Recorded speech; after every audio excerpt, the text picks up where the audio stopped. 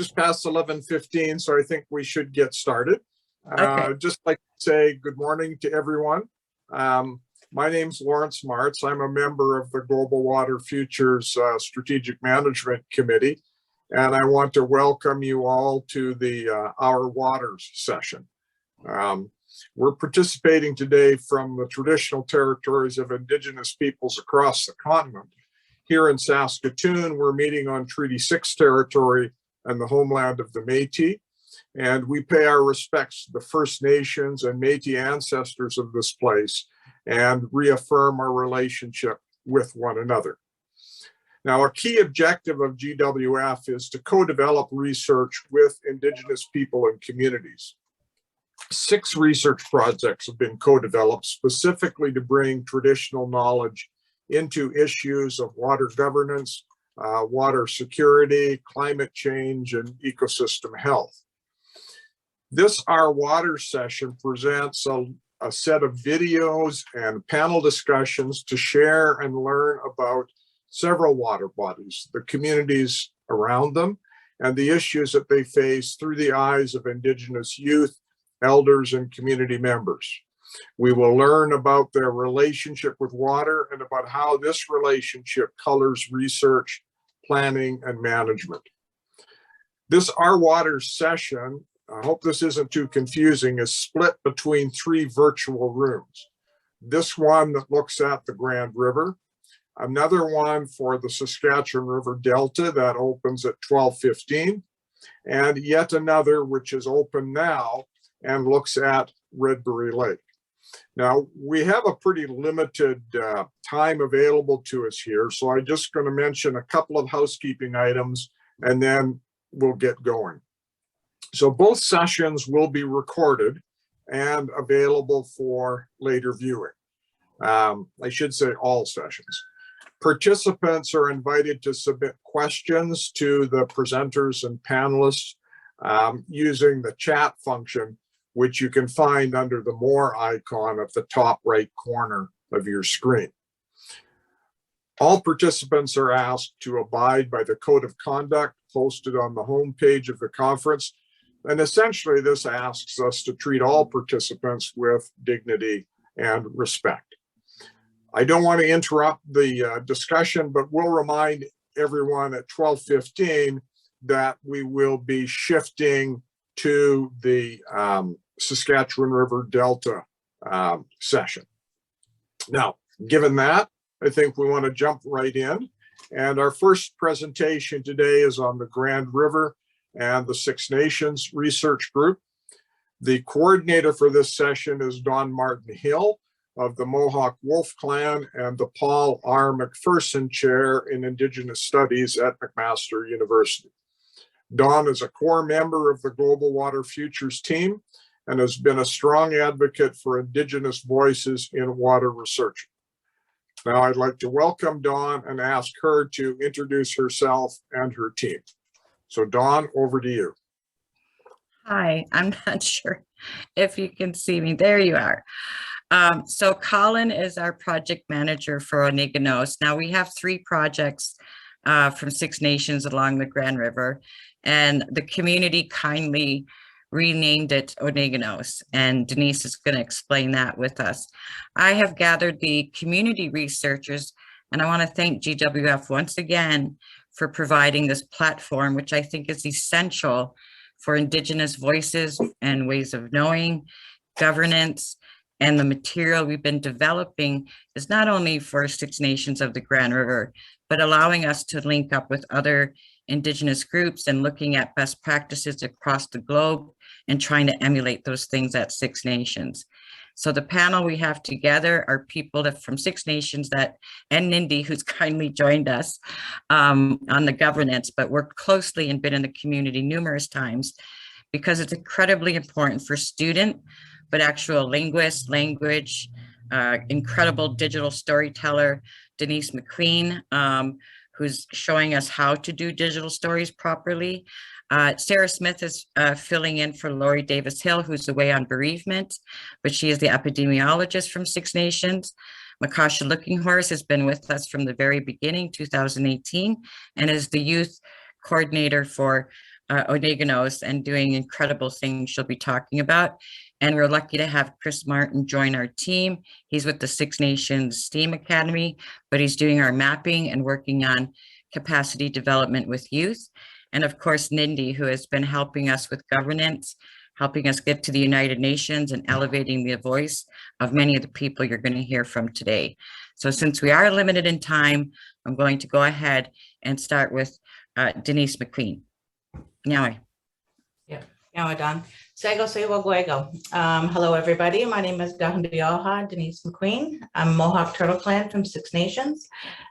Just a little bit of information for the Haudenosaunee people. It's custom before we start any gathering to acknowledge all of the creation and bring our minds together so we can move our gathering forward in a good way through the Hondo Gully Wadekwa, which we know as the Thanksgiving address.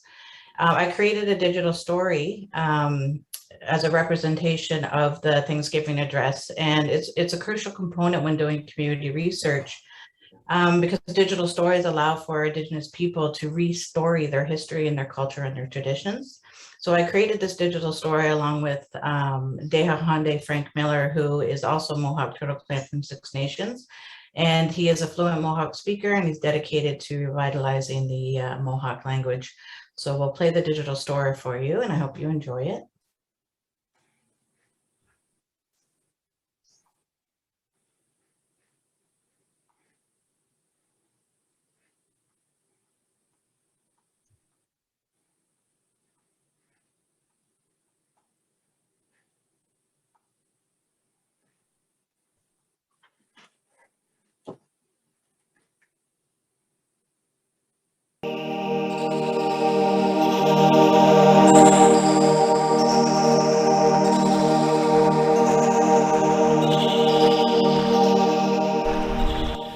So what I see us got the gari west. Negati wahe. Si sungwat ka wani. Nene do we na dam. Ni ona wa haro ponzada de. Si nu wa sungwat da na ungwe so. Negati ne wa juto ponzom. Wa juto ponzo se. Nene ay goyende hane. Si ni si adu wa dedi wa tanja de. Ka to chonjade. Nungati tone ni te thodi wa zanta. Ya teorio che si ai tino hora dosega uri qua guego asik a guego yunhe negeri kadihuni sego yagyunhe na ungwe su a ka jonjade neji itikonyasta uri qua guego tino hori yunhe a guego yanat ka hajin ngwe atai stako nungeri tune no nsi do dedi kwa di hunter Nino hore do na donko ne gano hora donsera. Tiuri wege te tino hora ado.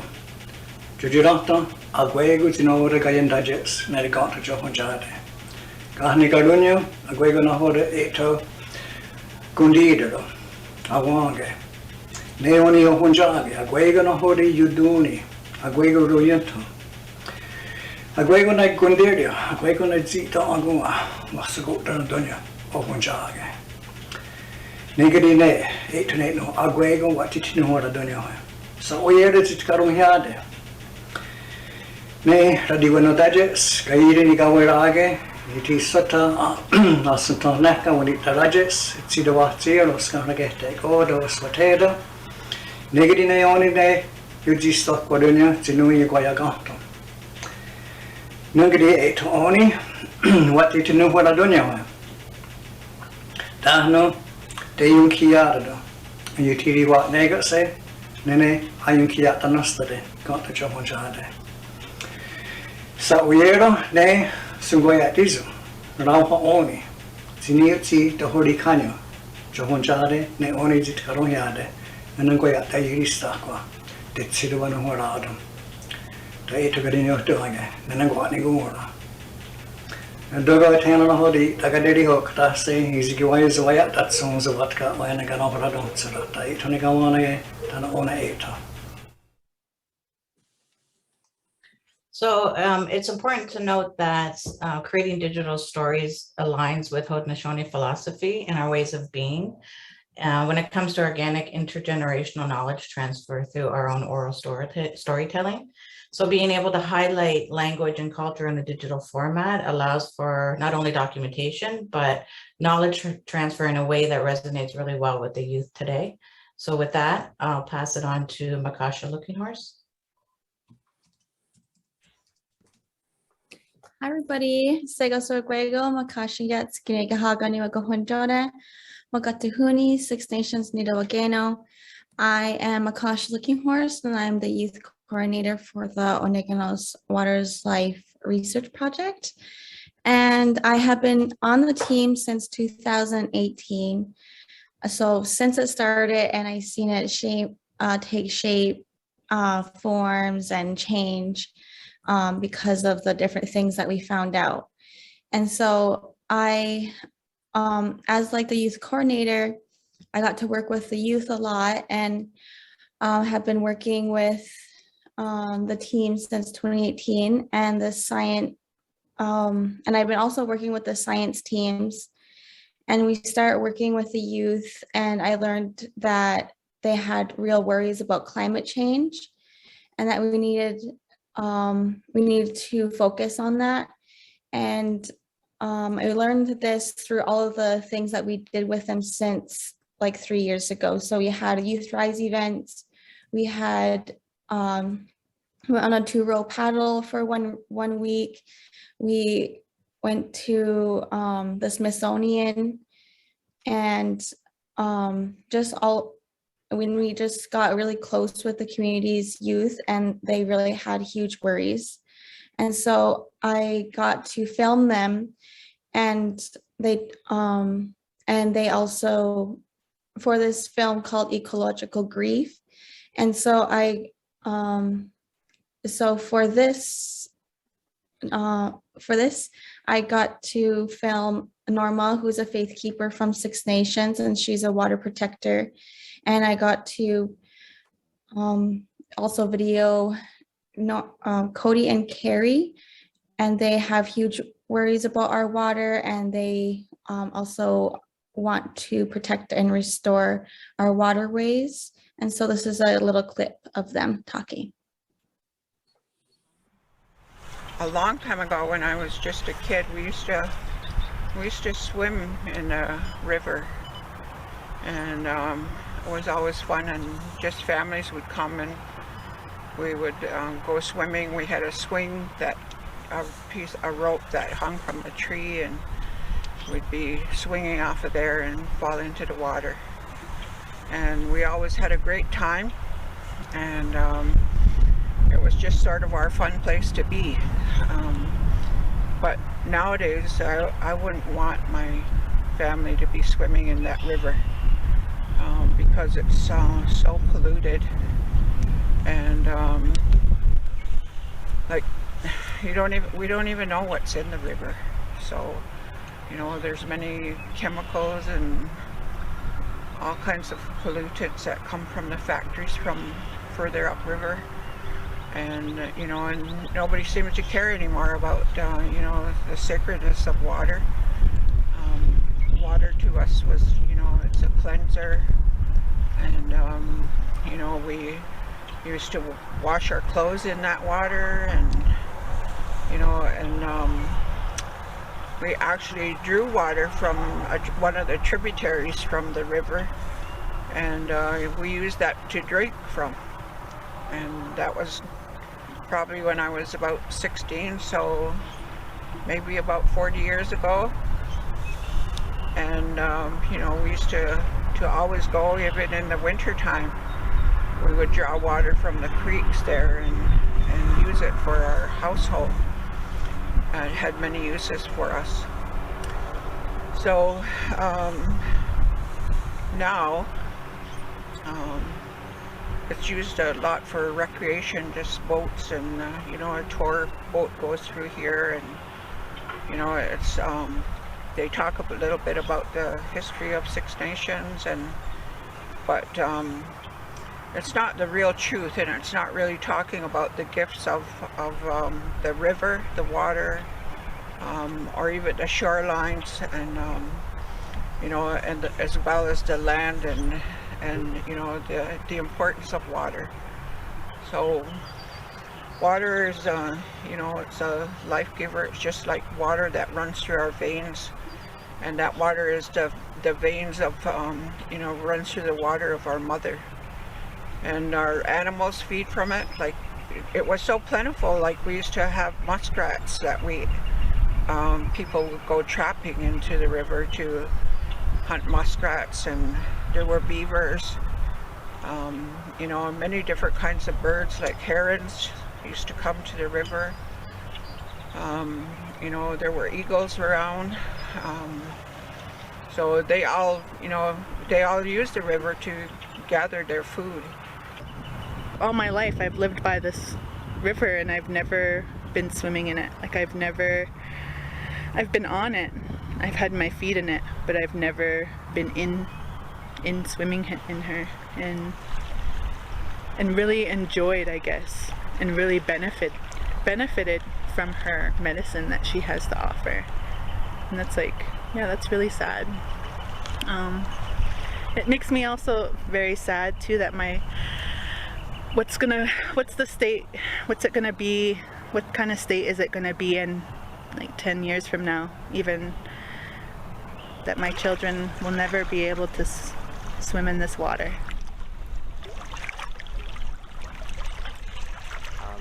I was the one that tested people's water and collected the testers, and it was just a really big shock on some certain parts of the res where I thought it was okay, it's not.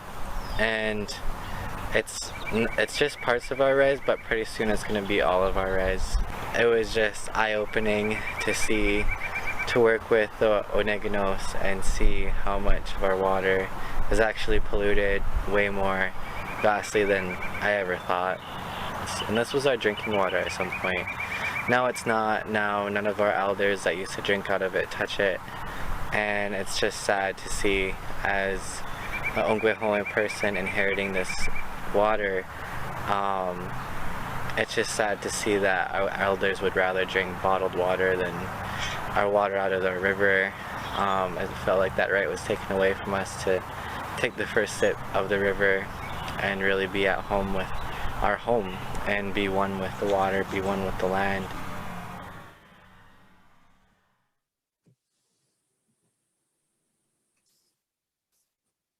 So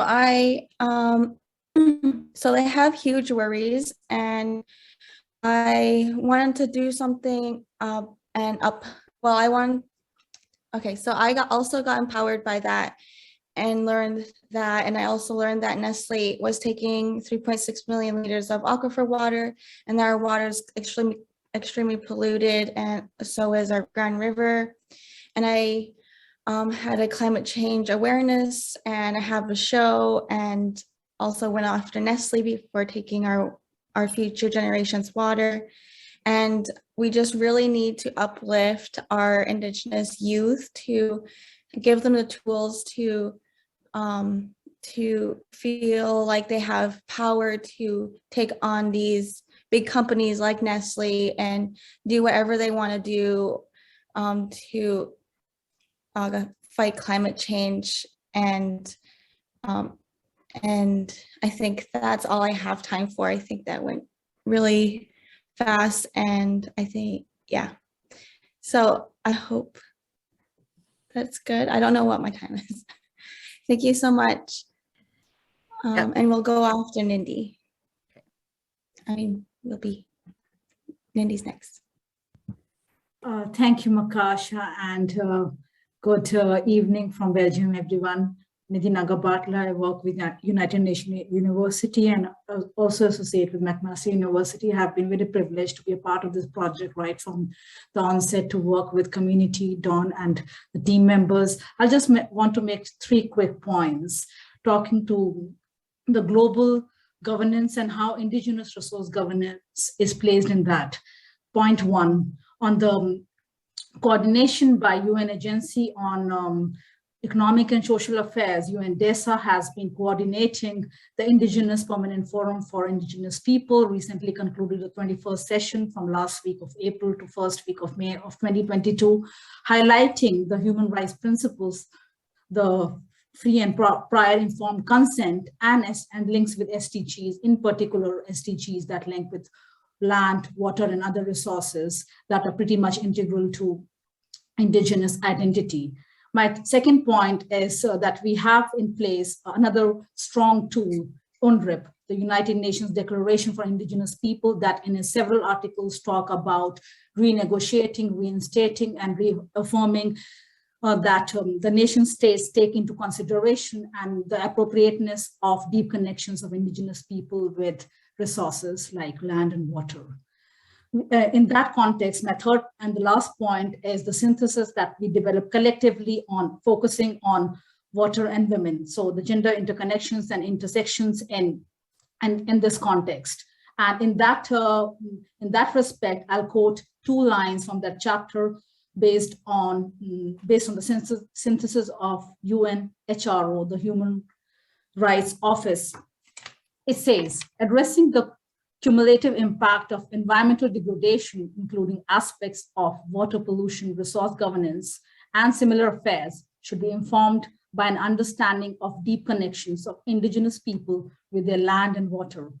The reliance of Indigenous people in Canada, in particular, on their land and water for their traditional food and medicine, their culture and identity, as well as their traditional knowledge, must be considered in assembling and assessing risk and impacts and governance policies.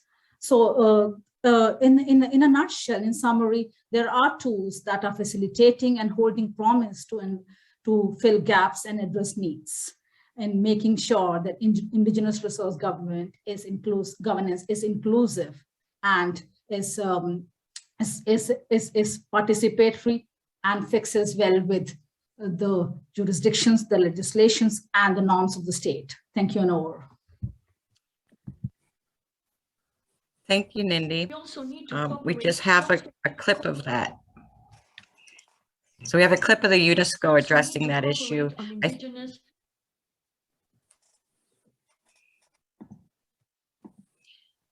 Maybe skip it and we'll go to the next one.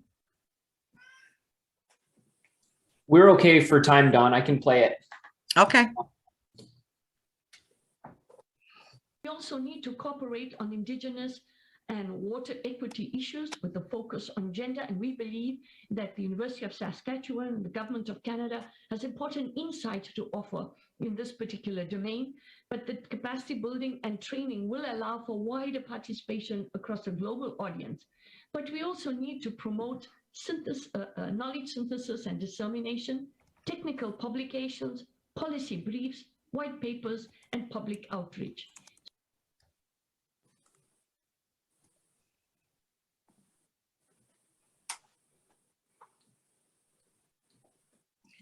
So we're going to go on next, looking at our Haudenosaunee framework in the participatory mapping, which is with Chris Martin.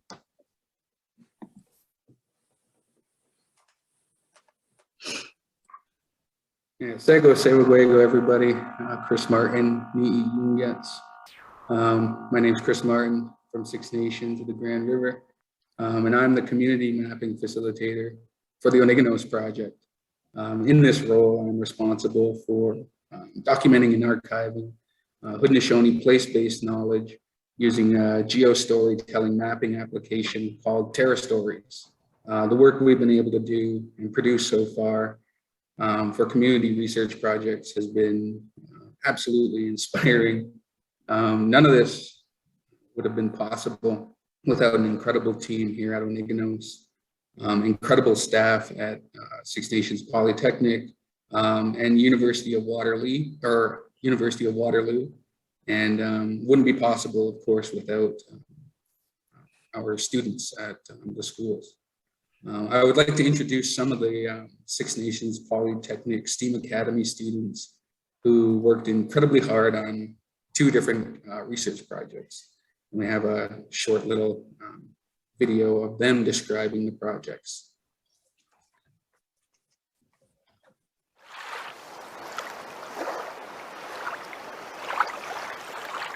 Our class was certified in water sampling by John Smythe, and we collected data using Water Ranger test kits. We collected E. coli samples with swim drink fish.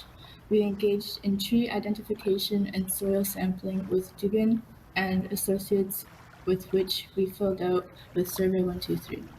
To begin, our class opened the project by laying down tobacco and letting all parts of creation know what we were going to be doing. We also had Miss Aisha Ristul General and Alex Hill guide us through Haudenosaunee environmental responsibility. At Six Nations Polytech STEAM Academy, our environmental science class conducted an environmental assessment at Mohawk Park in collaboration with the Enigmas Project. For the environmental assessment, our class utilized ArcGIS in a multitude of ways for data collection of the land and water within the Haldeman Tract.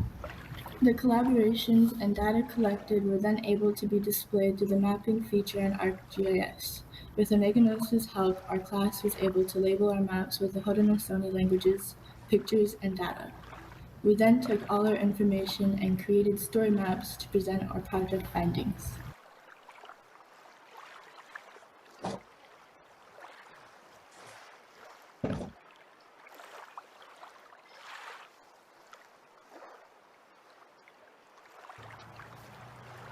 I learned a lot from this class.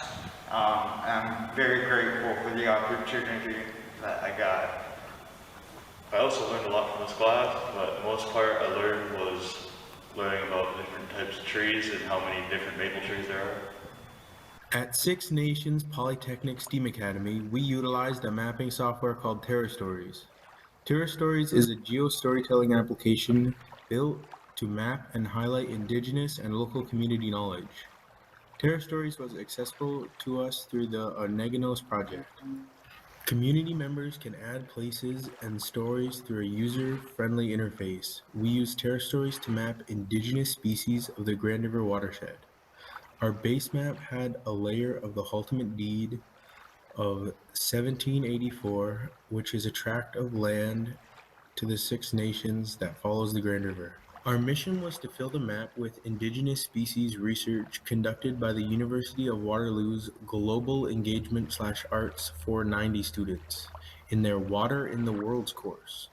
This research would help establish a baseline of ecosystem knowledge for SMP STEAM Academy students to add and include culturally relevant information on the species. TerraStories will allow staff and students to continue embedding the map with cultural knowledge, Indigenous and Western science, history, and Indigenous language.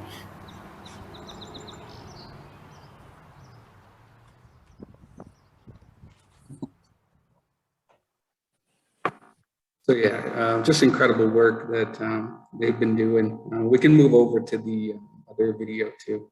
It's more of an interactive presentation.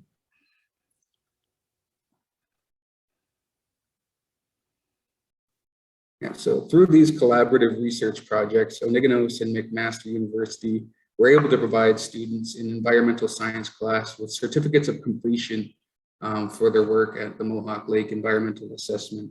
STEAM Academy students were hosted by Oneganos and McMaster at the university for a celebratory gathering and given a chance to meet incredible Indigenous scholars. The TerraStories mapping project done by Learning Strategies and Art students. We were invited to University of Waterloo's 2022 Desmarize Family Summit. The TerraStories map was featured as a part of Waterloo's final project about water in the world. And again, we were surrounded by Indigenous researchers, students, and elders. Really an awesome moment. Indigenous projects such as these are paramount to our Indigenous communities. Decolonizing and localizing education helps our students see themselves reflected in the work.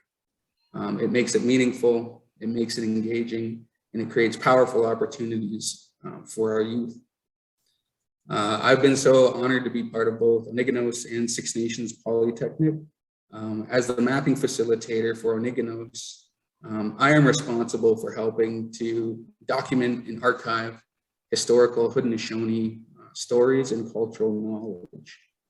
At the moment, we are currently focused on the Six Nations of the Grand River Reserve, situated within the Haldeman Deed of 1784. and archiving historical moments in the area throughout various years. And there's an example of the Terra Stories map. Terra Stories allows the Indigenous Mapping Project to utilize Indigenous methodology. We established the Haudenosaunee worldview through categorizing and mapping resources through the tenets of Ohando Kaliwadekwa, our Thanksgiving address. Every interview, resource, and piece of data can be attached to an aspect of creation. The Oneganos Mapping Project also aims to gather and preserve Haudenosaunee oral traditions and stories from Six Nations community members. These can be documented through video recordings, audio files, and transcriptions.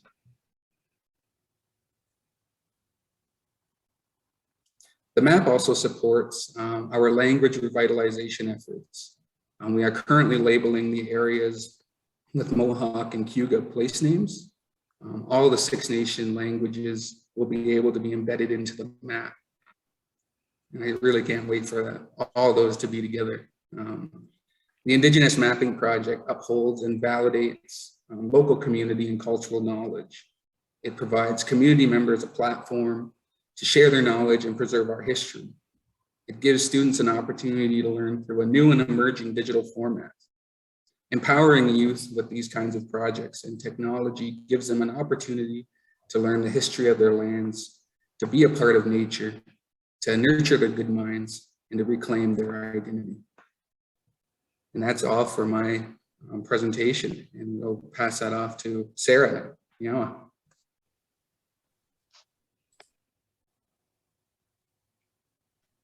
Thank you, Chris. So my name is Sarah Smith, and my role is the epidemiologist at Six Nations Health Services, and I'll be talking about health and wellness. So Health Services is a community partner with Oneganos, and my role with this project was to liaise between Oneganos and Health Services. And this partnership has led to a co-creation of tools that has allowed us to better capture health and wellness from a Haudenosaunee perspective.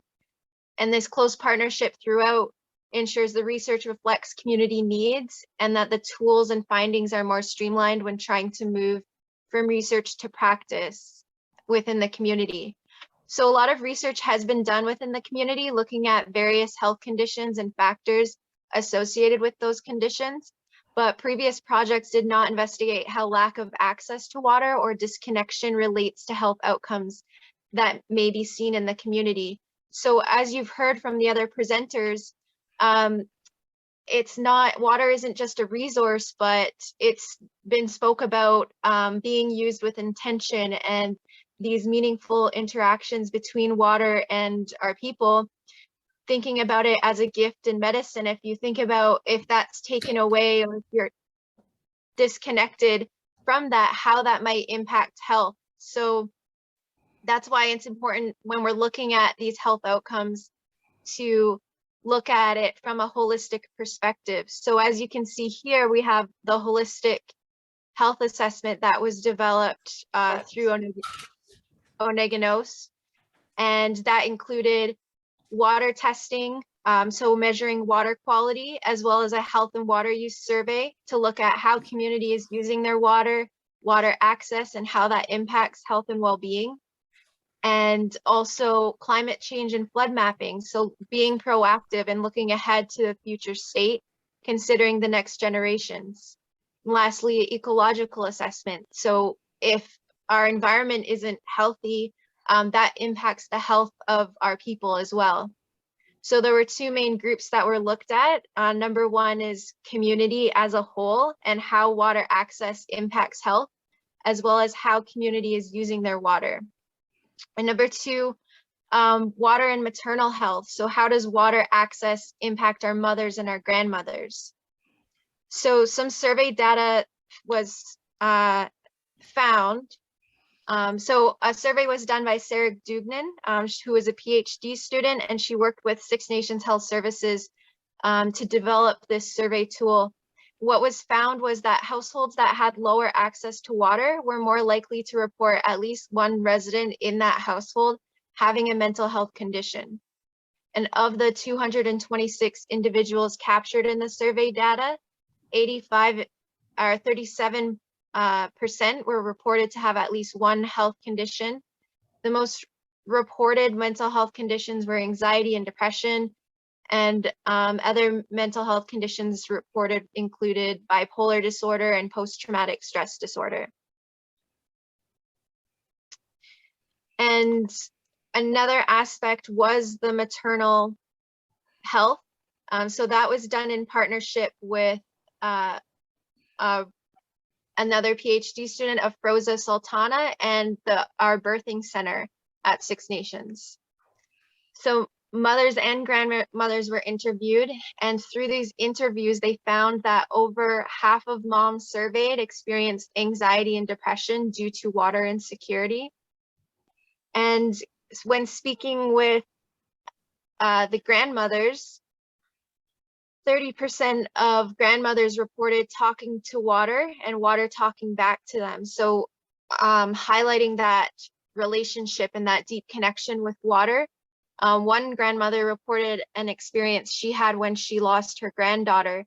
She said she spoke to the water about the importance of water and family, and that water talked back to her. So she said that it told her that they were still doing their job as it was appointed to them, and they said it's the human beings who have forgotten the importance of water. She said she felt overwhelmed, feeling as though there was another lady with her, and since then she has been doing her prayers along the waterway from where the Grand River begins. So showing that thankfulness, going right back to that Thanksgiving address. So the researchers found that Six Nations treated water as a responsibility rather than a resource or extract, and specifically Haudenosaunee women take on additional roles as water protectors and caretakers for their family and community. So this can increase the risk for experiencing mental well-being impacts from water insecurity. And lastly, as I mentioned previously, this close partnership that we had with Onegino's and Health Services has ensured that there is action from the findings and that we can expand on this work within Health Services. So our mental wellness portfolio has a new program called Iguadiatageha, and it is our land-based healing center. And this is where community can go to reconnect with the land through hikes, demonstrations such as trapping and fishing, tree tapping, and it's all centered around our cultural teachings, our relationships with the land and seasons. So these survey tools and interview tools that were developed creates opportunities within Health Services to build upon the work by continuing to monitor water access and health impacts, so we can see how this changes over time. And hopefully with time, we'll see improvements through these additional opportunities that are being created from this research in order to reconnect with our land and water.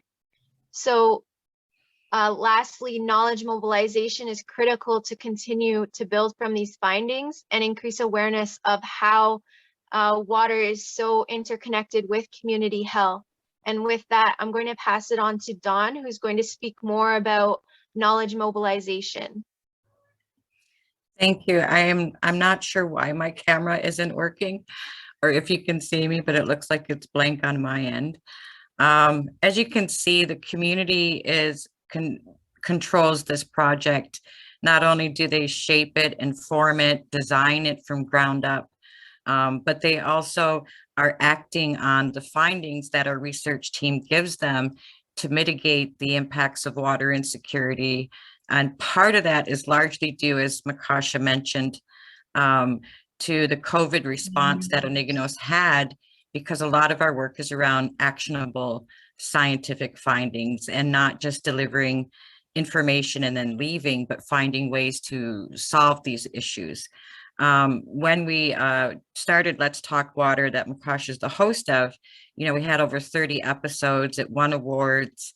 It's a ton of work that we simply can't keep up now that we have field research happening. But that was part of the ways in which we mobilized knowledge in the community during COVID. And we didn't expect the incredible impact it would have. It was just like going to be a few interviews with scientists, and youth ended up becoming a little bit of a industry of itself and led to a number of opportunities for the community to act on. When we asked the elders and the Confederacy chiefs, traditional knowledge holders, how do we do this work? How do we keep the community engaged and making sure that what we're doing matters and is transformative work? Shockingly, they landed on, after much discussion, virtual reality. And what they wanted was, they said they wanted youth and non-Indigenous neighbors around us to care as much and build a relationship with the water. So this is our virtual reality that we created.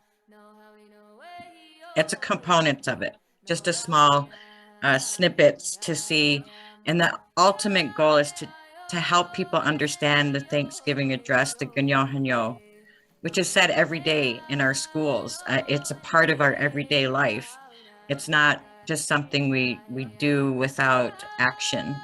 And therefore, they wanted people to engage with the material, the findings, the mapping in a very visceral way. And so we reached out to Mohawk College, and Tony helped us begin the storytelling, which actually starts with Sky World.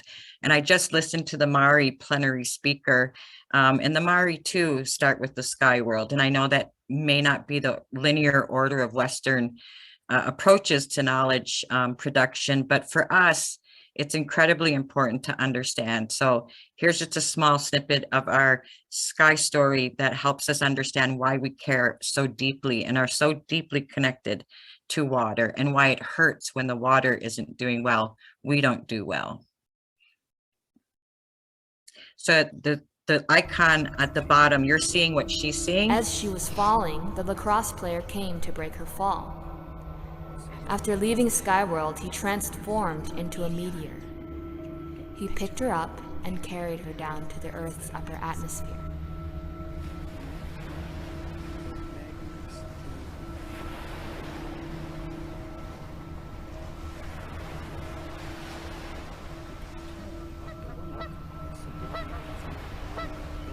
Then the geese saw her as she was falling, and they carried her on their wings.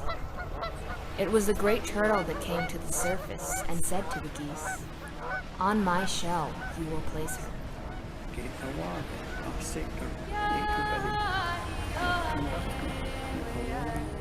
All of the water animals came to greet her. She said to the animals, "It is Earth that I need to be able to live."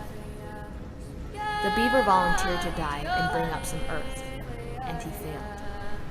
Then the otter volunteered to dive and bring up some earth, and he also failed.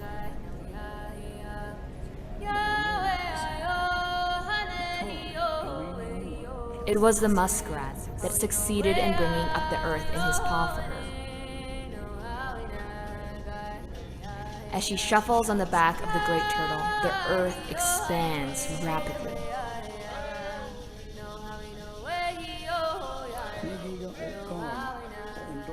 Sowing the seeds of survival, cultivating the seeds of consciousness, and harvesting the hope for humanity.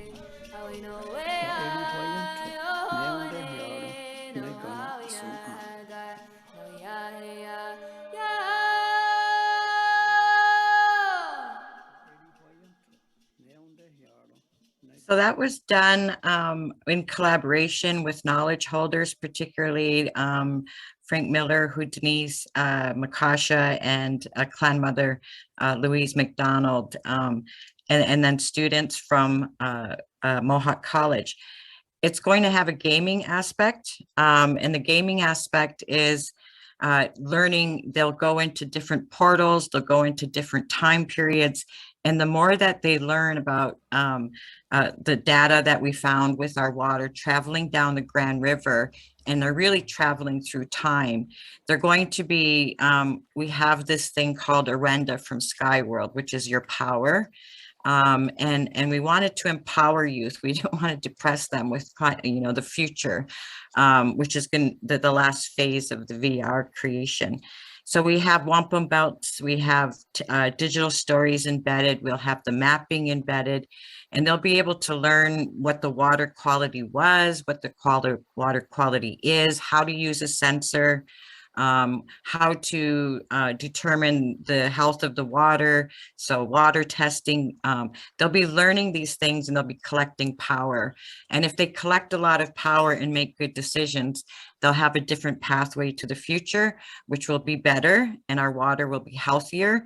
Or if they don't and they choose to just skip over the important aspects of learning about the water, then what our climate change study that Tariq Dean and Atlif Arain did through Earth Sciences is going to happen without any mitigation measures. And it's not, as you can imagine, a good outcome either for our agricultural economy, as Haudenosaunee people rely heavily on harvesting our lands, but also our water security is going to not only, we won't be able to do as well as we could. So the goal is to encourage and empower young people, building their capacity, but to educate our neighbors, because the chiefs and the clan mothers really wanted, and Jock is one of our main knowledge holders who's doing teachings about the turtle. But I'm hoping that we respond to what the community asked. I can't talk over Jock. It's just not right.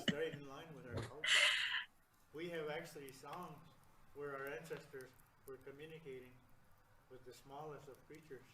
Some believe the turtle is what held Earth for a little while, and it may still be under the earth. So Turtle Island, that's where that comes from. There are stories about it. So I think, and also like the turtles, they're significant in our culture. We need turtles for our ceremony. We have rattles made with them.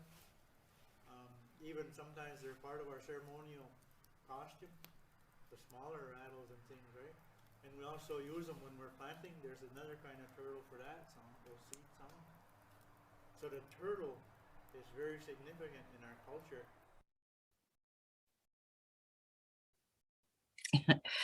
So he's one of our cherished knowledge holders and teachers of traditional knowledge, Haudenosaunee knowledge.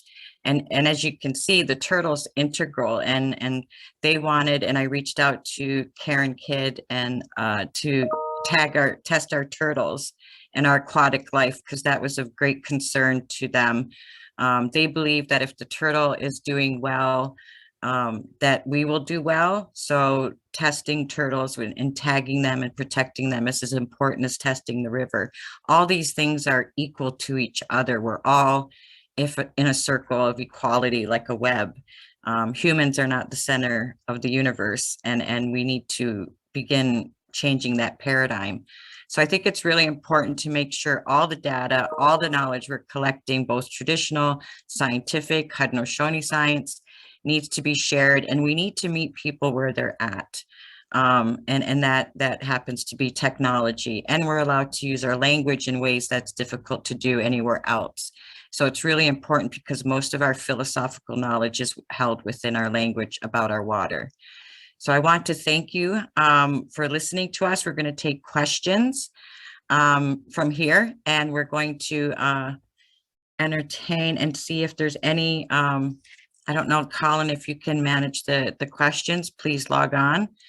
But as we're waiting for those questions, I just wanted to thank and acknowledge the staff and the scientific team. I think we have over 30 to 40 because we have 3 different grants, and this is kind of a combination of all 3 through the traditional knowledge pieces. But they've all worked really hard. No, we're not. Well, we'll hold off on that. We didn't get his approval, so we're just gonna hang on to that one. But I think what we want to do here is acknowledge that a lot of the research that's being done is co-created both by our colleagues at McMaster and Waterloo and other places, and then their engagement with community. And I think that in order to address what we need to address with water, health, well-being, restoring our river, we really need to all work together. And I was really happy to have this opportunity for you all to see the kinds of ways the community has taken charge of this project and is doing incredible work. It's really heartening to see the kind of things and relationships that are emerging. So I'm hoping that this was a little bit uplifting and honoring of our community researchers, because you often don't get to hear from them directly. So if there's no questions, I'd like to maybe go back and just briefly ask Denise to give us a little bit of a background on the work she's doing in terms of water research and everything. She's done everything from collecting water with Charles to do the water testing, to working with Mohawk College on the virtual reality and creating digital stories. But she's really invested in language, and people don't understand why language is so important to water research. Denise, why is it so important to water research? Yeah, you touched on a little bit, Don. Thank you for your kind words. When you talk about language, especially our Haudenosaunee languages, like you said, a lot of the philosophy and our ways of thinking, our ways of being are embedded in the languages. And when you look at the languages and try to translate them over to English, you lose a lot of that knowledge just in translation. So it's very difficult for non-Indigenous people to understand, fully understand our way of being and our way of thinking when we speak, and what we were thinking at the time when we set out things like the Great Law, where we speak about water. I made another digital story that spoke to that. For an example, when we talk about rain, in English we call it rain, in Mohawk we say Yoganoro, but when you actually translate that literally, it translates to it's visibly precious. So that's the philosophy behind our words when we speak in traditional languages. We viewed the rain as something that was visibly precious. So you compare that to the actual word rain, there's a ton of knowledge that gets lost in translation. And that's only one example. So I take a lot of time, and I have a huge passion for kind of translating that over for non-Indigenous people to be able to fully grasp that understanding, because I feel that's it's difficult to kind of articulate just in words. I like to use visuals behind it, so you get that emotion that we feel when we speak as well. Yeah, right, Denise, that's beautiful. I don't know if I'm not seeing the questions, but please somebody tag me on, and the next session is going to be the Saskatchewan River session. So we will be ending on time, so you can stay on for that one. I'm going to ask Chris, because Chris Martin, you've been working with both the team, you've worked with other universities, all to elevate and build capacity training and accreditation. So those students that are doing incredible research that you showed, they're actually, we passed it at McMaster, and it took a few years, but the administration has been working with us so that if they get 3 credits by doing 30 hours of research with our team, that they end up with the university degree. And my fight was to make sure that that credit could be not only in Indigenous studies, but in science, because a lot of our young people don't see themselves as scientists, but we desperately need them. Chris, did you want to just elaborate on the training component that you've done between McMaster and the youth, and how they've received that training? Yeah, so to kind of go through that certification process, it was a collaboration between myself, other SMP staff, and Nigano's kind of connections, and it's really what it came down to was establishing connections. Our students were this was like amidst the pandemic, so we were we were walking to Mohawk Park from our school, and luckily we had people that were there to kind of show students how to collect water samples, how to take tree identification, how to properly document it. And then what we would do is turn that into like take all the data and then input into ArcGIS, into a software called Survey 123. And then they would just fill out all their findings, all their stuff like that. So every time it was a different survey that they were filling out based on different kind of data that they were collecting. So it was definitely a lot of work, but I just find that when you're trying to help bridge that knowledge for youth and students, that people are very open and supportive and able to provide help for these students. It was Yeah, just really remarkable. I think it was remarkable. And I mean, the amount of people that really want, the colleagues, the scientists that reach out and really want to work with our students, we're literally under pressure to reach out to the whole high school area Haldeman board and create a legacy, which would be, I think, Ravi, Mark Servos, Charles Delanoy, are going to do hands-on testing with your students, but we want it to be a continuous yearly annual event. And Makasha also did work with SHAD Canada and other agencies to do an Indigenous Futures with other students outside of the project, just to get them engaged with water research. It's incredible. And what we don't have, unfortunately, is the infrastructure to respond to all of this goodwill that I think Chris is getting a little bit overwhelmed with too. I think 3 universities now. So we're almost having to kind of protect it a little bit so it doesn't get overwhelming. But I really encourage all research groups to do something with First Nations, Indigenous youth, even if it's just helping them to engage with the project in different ways. That's been very rewarding, and I guess that is one of the sustainable development goals. So I need to wrap up. I didn't get any questions. I have a feeling there might be a problem with me accessing it. I can't even turn my camera on for some reason. So I want to thank you for helping us. The technology was a little bit challenging this time around. But I think we pulled it off and a little bit discombobulated, but I think we got into our main message, which is community-led research on water is integral to all research on water, because the water is us. So Nyawe, Donitu, thank you so much, Lawrence, for putting this all together. And we're really honored to be here and listen to our next panel.